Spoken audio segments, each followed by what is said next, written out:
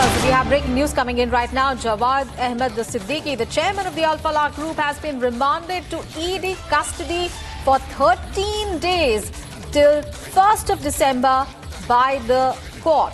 Remember this coming in after he was arrested earlier. Remember, Siddiqui has been the Chancellor of the Al Falah University in Faridabad since 2014. He was taken into custody under the Prevention of Money Laundering Act by the Enforcement Directorate. Several materials were also seized during the search operations that were conducted earlier yesterday. And now he has been remanded to the ED custody for 13 days. So he is going to be there in the ED's custody till 1st of December.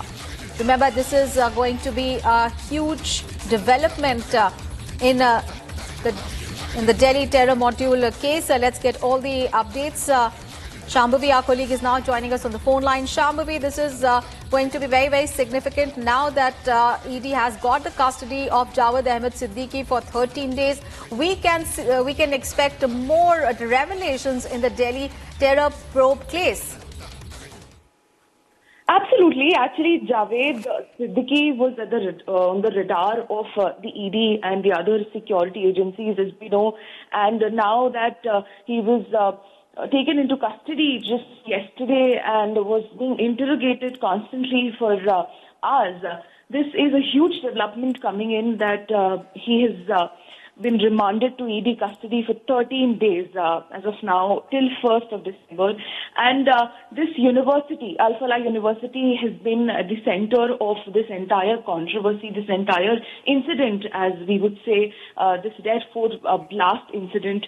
And it is being said that university was not even accredited by the NAAC and was fooling the students, playing with the students' future without being accredited. They were actually handing over degrees of medical science to the students. So there is supposedly a huge scam which was going on in Al Falah. And even in regards to the funding, that has been a very important point in the investigation as well.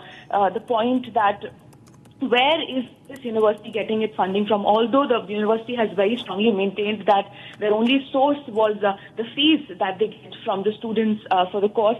But it is this move that he has been remanded to ED custody shows that there is definitely something more going on behind their false claims of accreditation by NAAC, and on what funds, on what money are they actually running the college.